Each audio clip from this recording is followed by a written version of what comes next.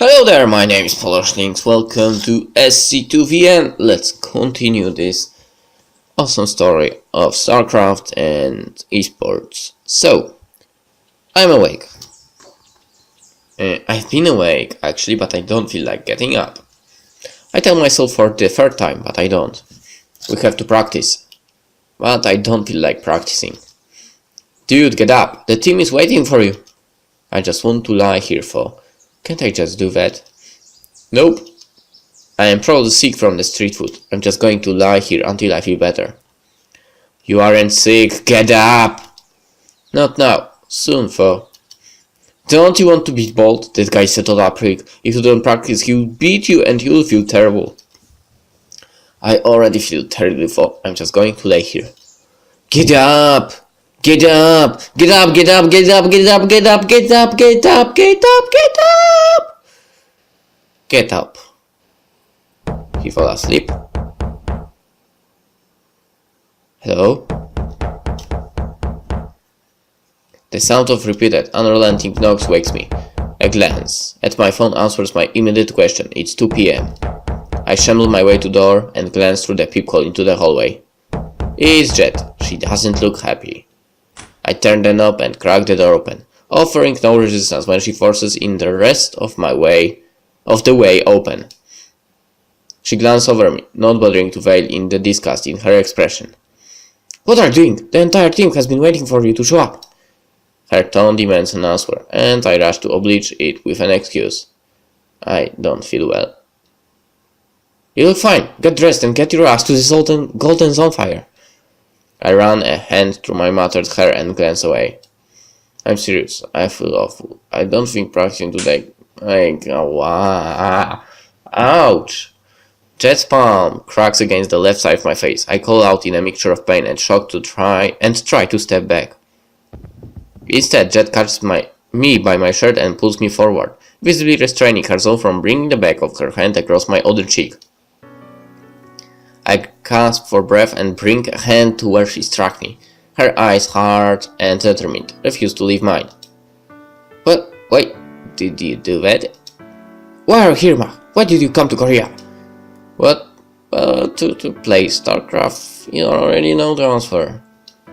No, you didn't. You have some natural talent for StarCraft, but you didn't come here to make use of it.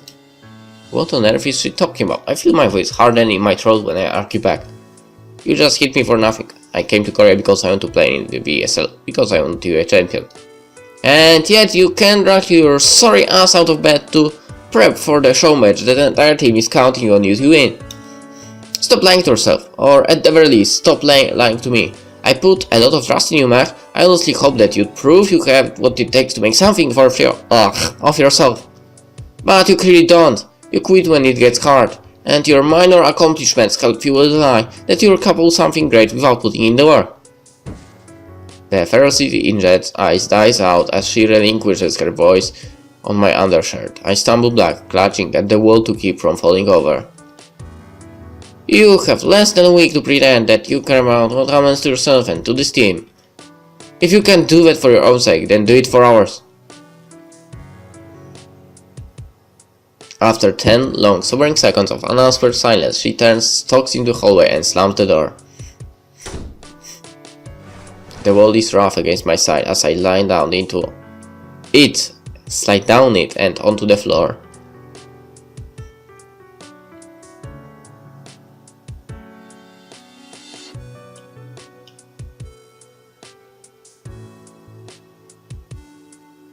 It's not long before I am tired of replaying my stellar reasoning. My apartment's view of the Seoul skyline offers moments relief. It makes the decision a little bit easier. One way or another, I'm not coming home. The looks of this day in the fake reassurances, it's all that's left for me once I step on that plane and admit that I'm a failure. If I can't swing a single match victory with 4 other people carrying me, what can I possibly hope to accomplish with the rest of my life? I let out a long breath. I'm tired, and even though I wouldn't mind falling asleep against the wall, I found myself rising to my feet. Is it narcissism or masochism? It would be so much easier for me to just accept that I was never cut out for this in the first place. I really just can't quit, huh? This is such a joke.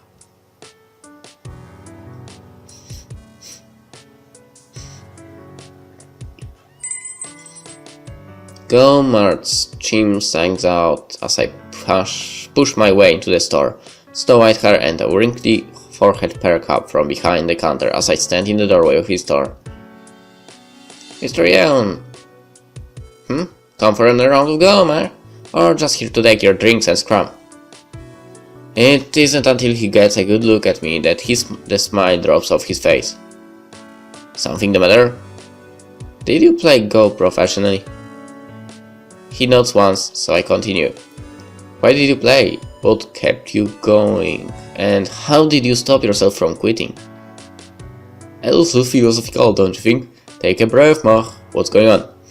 At first I try to explain as vaguely as I can, but as Mr. Yeon nods along, allowing me to ramble uninterrupted, I found myself divulging more and more details. I stop only when it comes time to explain my encounter with Jet this afternoon and an evening I spent sitting in my apartment. You're right, I go to whatever lengths I can to avoid pain, and I've done it all my life. StarCraft is the only thing I've ever been decent at, and I can't commit to it because I'm afraid I'll fail.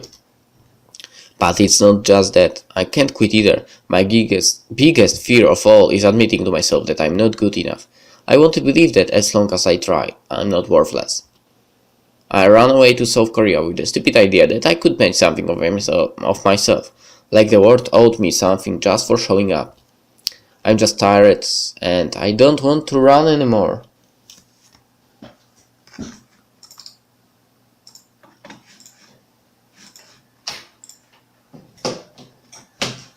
Despite my enraged voice and slumped shoulders, Mr. Yeon finds himself a nonchalant smile. Then don't, it's much easier to walk.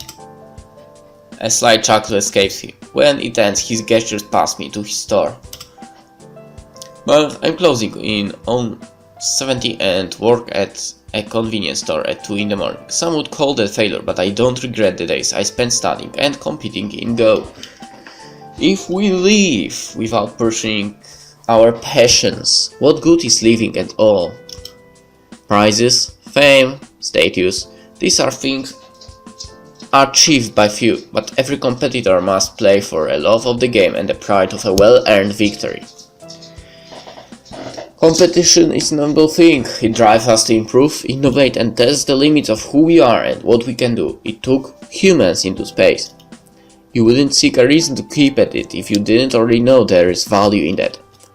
I lean onto the counter separating us, the tension in my chest softening. I do, and you're right, but I can't stop worrying that it won't be worth in the end, or that even if I try my best I will fail. You might not achieve everything you set out to, even if you work as hard as you can. No success worth chasing is ever guaranteed.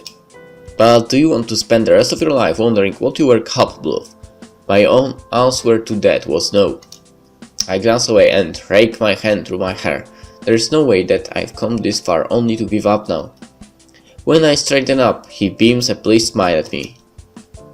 Now then, if I were you, I would head home and get some rest. You've got a match to prepare for after all. I find myself at an utter loss for words. Gratitude forms and falls apart between my lips a handful of time before I simply settle for a deep bow. Thank you, Mr. Yeon. You're welcome, Mach. By the way, the next time you come by for an old man's wisdom, you'll have to buy something first. For the first time today, I catch myself smiling.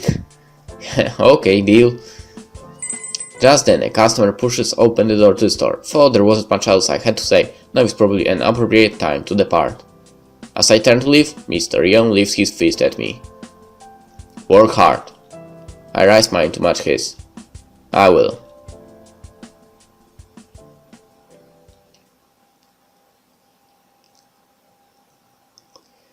Apprehension hang over me as I stand before the doors to Golden Zone Fire. Waiting won't make this any easier. With a stride belying my frantic heart rate, I make my way to a table seating the 4 teammates I neglected the day before. But whatever reason I had to worry disappears when Axel catches sight of me. He rises from his chair and waves me over, leading Revenge Sun to follow suit.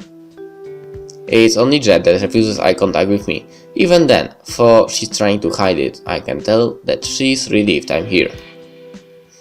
Hey Mach, ready for practice? Yeah, and sorry about yesterday. It won't happen again? No sweats, let's make the most of the time we have left, yeah? Yeah. Alright, Stan Mach, go set up your PCs and get to work. Stan jumps up from the table and steers himself to my side as we make our way to the setups. He and Reva played 2 versus 2 while Jet was gone yesterday. I am pretty sure we could be ranked number 1 on the ladder with enough time. No one takes 2 versus 2 seriously, much less on ladder. Says you, but hey, good that you're already feeling better. If you puke, I know it's because my strategy is what's sick. I lift an eyebrow, trying to unravel Stan's meaning. It's only with a glance back at Jet and then Axel that it clicks. Yeah, I'm all better. He smirks and peels away from my side to pick out a PC. Jet, Axel and Reva follow at a distance, the latter two setting up chairs behind me to observe and make comments. Even with my renewed focus and drive, it becomes really apparent after a few matches that our practice is still going to be suboptimal. Stan's trying his best, but it doesn't mean much with less than a week until the show match. He simply doesn't execute standard builds very well. Axel says as much after I trip my way through another clumsy win. We might need to look into finding someone else for Mach to practice with, but there really isn't enough time. It may be productive for him to face opponents on ladder. It won't be possible for Mach to prepare against certain builds that way, but at this rate you might be right. Don't know what's going to deny your unit control, but you just don't have the strategic breadth of someone like Bolt.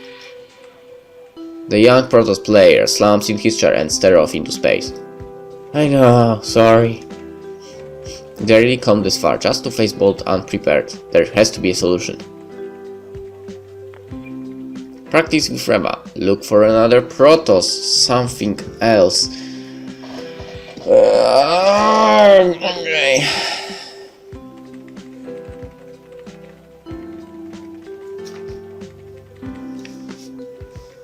Okay, looking for someone else will take forever, because, well, we practiced that before. With Reva, well,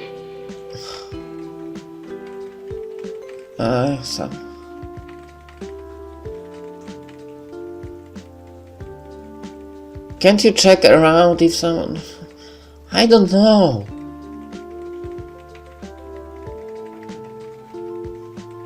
Let's go with something else, or... Okay. If Stunt isn't providing enough strategy for me to prepare for, and Reva can't put the strategy that she knows into action... Wait a second, what Stunt said already? What if we practiced 1 versus 2? Huh? What? Stunt handles the units and Reva handles the base management and picks the builds over. That way I can face the base of them both. Will that even work? Axel glanced to Reva, who seems as surprised by my plan as he is. I don't see why it wouldn't. It won't be a perfectly realistic game condition, but it's better than anything else I can think of. That sounds kinda fun, actually. Come on, Reva! Stunt pats the seat of the station next to him. With a shrug, she rises to join him. Very well. Jet replaces herself in Reva's vacated seat, arms crossed and expression fierce. She's intent on seeing for herself whether or not this will work. When Stunt is done joking about doing a fusion dance with Reva... That's so wrong, man. We load up a game with Reva and Stunt on the same team and the setting unable to keep Reva's base from spawning. So, I don't have to worry about anything except destroying Mach. It is going to be great. Hey Reva, build 2 gateways by his base for me. No, you are playing standard. Come on, okay, how about a proxy Stargate then? No. I can hear you, you know. It will not matter, such is the beauty of standard play.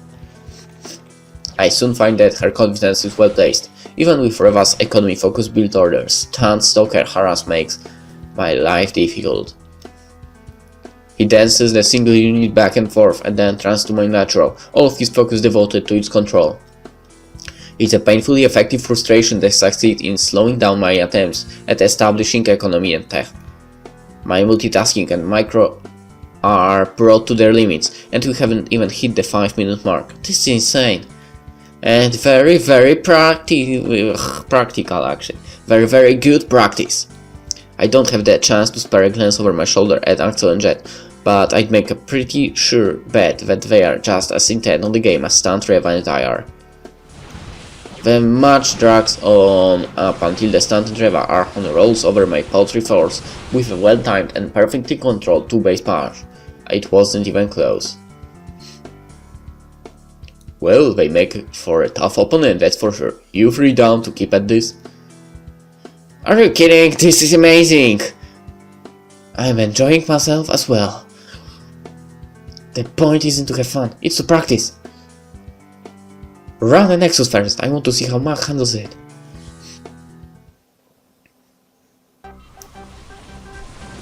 It's incredible. Playing an opponent at this level allows me to see the game in all new way. Stun's control is precise and crashes against my defense like a wave, while Reva directs the flow of battle like a symphony's conductor. They have achieved purity of form. Through these repeated losses, I can see just how outmatched I am in nearly every aspect of StarCraft. The moments of weakness for an opponent that plays such a clean style are scant and short-lived, but they exist. I can create them by taking risks, using mind games, or forcing mistakes. I felt these things on instinct before, but I can now see them for the truth they are. The element of human error is practically zero between Stunt and Reva. But StarCraft is a game of imperfect information. Anyone, even a perfect machine, is capable of being defeated. I'm done being afraid if you bold. It's like in the evening when Axel calls our practice quits. 12 hours straight, minus breaks for lunch and dinner. 4 more days of that and he'll be as ready as he possibly can be in that amount of time. We risk Stunt and Reva falling out of practice, but there really isn't any other choice. At least it won't be for long. Jet still hasn't acknowledged me with direct eye contact, but the animosity I felt coming from her is this morning's all about gone. Neither Stunt and Reva seem even a fraction as out of it as I am, yet as tired as I am, I find myself eager for practice tomorrow. I can only hope it lasts until the end of the week. I've got a few more things to take care of before the weekend. The VSL studio managed to fit us in a time slot right before the semifinals for Team League. I've seen some of those promotions that are doing online. It's being hyped as a KPGA versus Foreigner match. Mach's been cast as the villain, a last-minute way of hyping up the match since it was on such short notice. The Korean Pro Gaming Association would not have allowed one of their players to compete otherwise. That seems they are beginning to sow the seeds for the transition from Brood War to StarCraft 2. It's hard to imagine that the talent pool for StarCraft 2 could get any more deep. Bolt is only one of a few dozen top-tier players being held back by the floodgates of KPGS regulations. A win against Bolt ought to show KPGA players and their fanboys not to shrug off those of us who switched to StarCraft too early. No need for so much by Jet. We switched because we were ready for a new challenge, right? She glanced away, failing to match Acel's now wavering grin. I need to go. The rest of you get some rest. Yo, Reva, wanna grab some dinner? We can practice for fusion dance for tomorrow. A pottering is necessary for fusion between two distinct beings, Stunt, and the hyperbolic tight chamber is a more apt metaphor for Mach's training regimen regardless. Love the Dragon Ball references. A bickering Stunt and Reva exit shortly behind the stone-eyed Jet, leaving only me and Axel to the half-empty cafe. Don't bother worrying about yesterday. Jet told you, huh? Even if she didn't, it'd be an easy guess. You weren't giving it your all when we called it quits the day before. Figures. A sigh escapes me, leading Axel to drop a hand on my shoulder. Just focus on the show match. If you still want to worry about sleeping in after winning, you can mope around the team house for a day. Despite my best efforts, I can't keep myself from spitting out a laugh. Things have changed so much since I met you and Jet. For the better, I hope. Yeah, you are, you guys are so goal driven, it's kind of mind blowing actually. Best way to live, if you ask me, and good practice for the real challenge. Don't think Jet will be satisfied with a little bit of money from Enoch. You won't have time to pick the confetti out of your hair before hearing all about next season's plan. If she ever finds a reason to talk to me again, that is. Jet has her way of dealing with things. Don't sweat it too much and just focus on your practice. Right, I will. I rise from my chair at last, checking my pockets on the way up for my key and wallet. Take care, I'm going to stick around and ladder for a while. Coach has to keep his skills current, you know. Will you join the team as a player when your contract with Crush is up at the end of the year? Who knows, let's just worry about the next few days, yeah? Fair enough, later Russell. He falls right back into his chair after a fist bump, leaving me to stalk the neon-lit streets alone. And that's when we end the episode, because it's kind of a long one, so hope you enjoyed and see you in the next one. Bye.